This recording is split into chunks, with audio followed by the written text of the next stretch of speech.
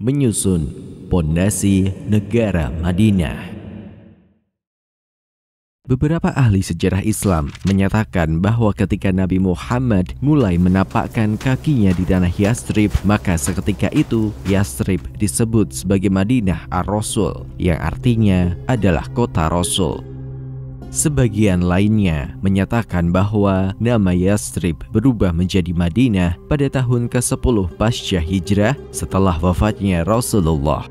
Penggantian nama kota ini untuk menghormati dan mengenang perjuangan Nabi Muhammad.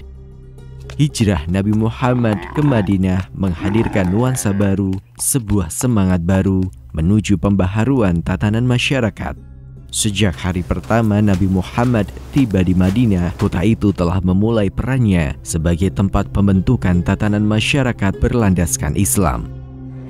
Para penduduk Madinah seketika berebutan menawarkan tempat tinggal bagi sang Rasul Allah. Namun, Nabi Muhammad memberikan jawaban. Biarkan saja unta ini berjalan, dia diperintah.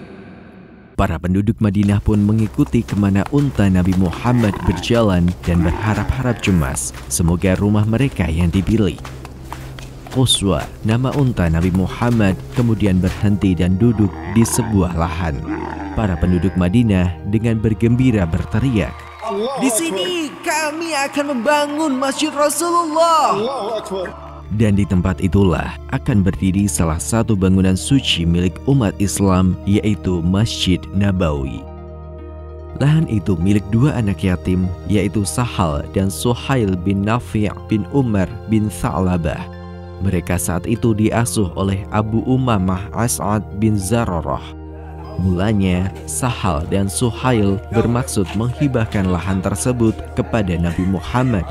Namun, Nabi Muhammad menolak hibah itu dan membayarnya seharga 10 dinar.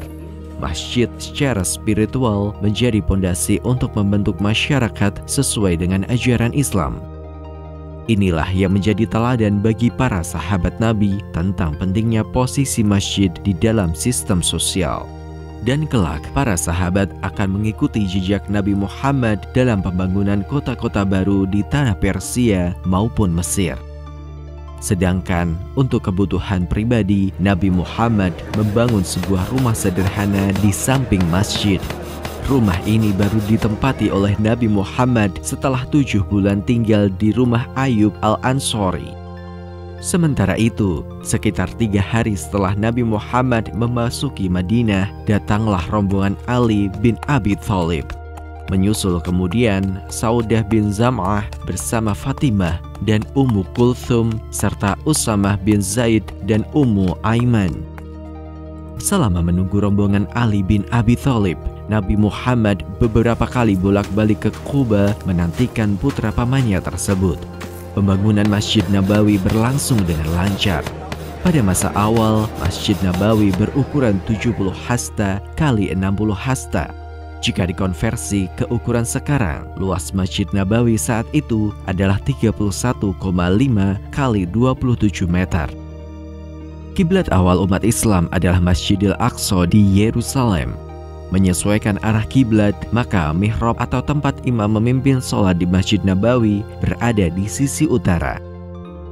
Pada bulan Sya'ban tahun kedua Hijrah, Nabi Muhammad mendapatkan perintah untuk memindahkan arah kiblat dari Masjidil Aqsa ke Masjidil Haram. Perintah ini membuat Masjid Nabawi mengalami renovasi untuk pertama kalinya. Masjid Nabawi dibangun bukan hanya sebagai tempat ibadah. Masjid ini sejak awal mula juga digunakan sebagai tempat musyawarah, pengajian, pengobatan, dan latihan bela negara. Masjid Nabawi didesain oleh Nabi Muhammad sebagai pusat aktivitas umat Islam di Madinah. Fungsi lain dari Masjid Nabawi adalah sebagai penampungan bagi fakir miskin yang tidak memiliki tempat tinggal. Kelompok ini dikenal sebagai Ashabus Suffah. Nabi Muhammad dan para sahabat banyak membantu kehidupan kaum Ashabus Suffah ini. Beberapa di antaranya kelak akan memiliki peran dalam penyebaran dan perkembangan agama Islam. Setelah pembangunan masjid, langkah strategis yang dilakukan Nabi Muhammad adalah menjalin ukhuwah atau persaudaraan. Nabi Muhammad mempersaudarakan kaum Muhajirin dengan kaum Ansor. Kaum Muhajirin adalah para sahabat Nabi dari Mekah yang turut hijrah ke Madinah. Sedangkan kaum Ansor yang artinya adalah penolong merupakan penduduk Madinah yang menyambut kedatangan Rasulullah dan kaum Muhajirin. Riwayat menyebut bahwa Nabi Muhammad mempersaudarakan setidaknya sekitar 80 hingga 90 orang. Beberapa persaudaraan itu antara lain Abdurrahman bin Auf dengan Sa'ad bin Rabi', salah satu orang terkaya di Madinah. Sa'ad bin Rabi' bahkan berniat memberikan separuh hartanya untuk Abdurrahman bin Auf. Abdurrahman enggan menerima tawaran itu dan memilih menjadi pedagang di pasar Madinah. Begitu pula Abu Bakar Asy-Syiddiq yang dipersaudarakan dengan Kharijah bin Zaid, Umar bin Khattab dengan Utsman bin Malik, Utsman bin Affan dengan Aus bin Thabit, Thalhah bin Abidillah dengan Ka'ab bin Malik, Hamzah bin Abdul Muthalib dengan Zaid bin Harithah, Ammar bin Yasir dengan Huzaifah bin Al-Yaman, dan Salman Al-Farisi dengan Abu Al-Dardara. Persaudaraan itu tidak hanya untuk mempererat ukhuwah, tetapi juga menghapus kelas-kelas sosial yang melekat pada masyarakat Arab pra-Islam. Beberapa sahabat yang sebelumnya pernah menjadi hamba sahaya dipersaudarakan dengan orang yang memiliki posisi terhormat, seperti Salman Al-Farisi, bekas hamba sahaya dari Persia yang dipersaudarakan dengan Abu Al-Dardara. Persaudaraan ini dikukuhkan langsung oleh Allah. Kaum Ansor dengan sepenuh hati membantu saudara-saudara mereka, kaum Muhajirin. Eratnya persaudaraan itu bahkan membuat mereka saling mewarisi. Hubungan saling mewarisi dalam persaudaraan ini berlangsung selama setahun sebelum dibatalkan oleh Allah melalui turunnya surat Al-Anfal ayat ke-75. Pembatalan saling mewarisi ini bukan berarti memutus ikatan persaudaraan. Bahkan, ikatan persaudaraan itu menjadi lebih kuat karena berdasarkan iman dan takwa, bukan lagi karena perjanjian. Secara bertahap, Nabi Muhammad mulai berhasil membentuk tatanan masyarakat yang sesuai dengan ajaran Islam. Setelah terjalinnya ukhuwah Islamiyah, selanjutnya Nabi Muhammad dan para sahabatnya melakukan sensus penduduk.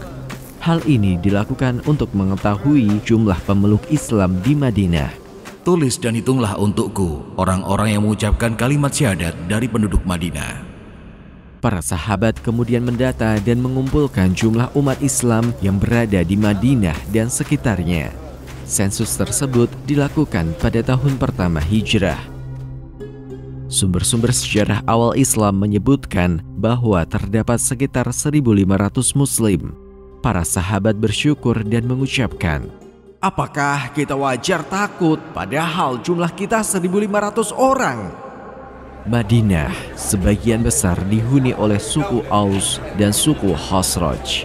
Dua suku yang berseteru selama ratusan tahun ini sekarang telah berdamai dan dikenal sebagai kaum Ansor.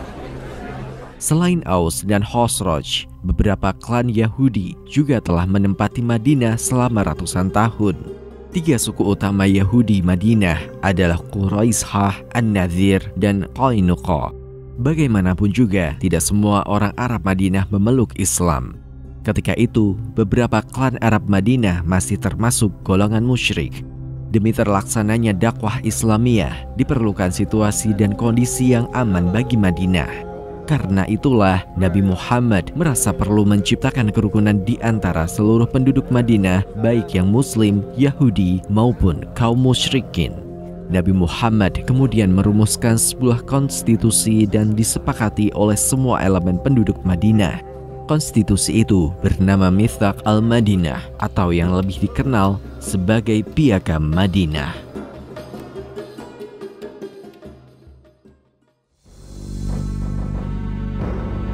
Penulis naskah Abdullah Hasan, ilustrator Yudi Toto, narator Dia Rashid Putra, musik Agus TM, editor Anggit Febrila, produser Haidar Ahmad Furqoni. Diproduksi oleh Kastadi Sentra Media.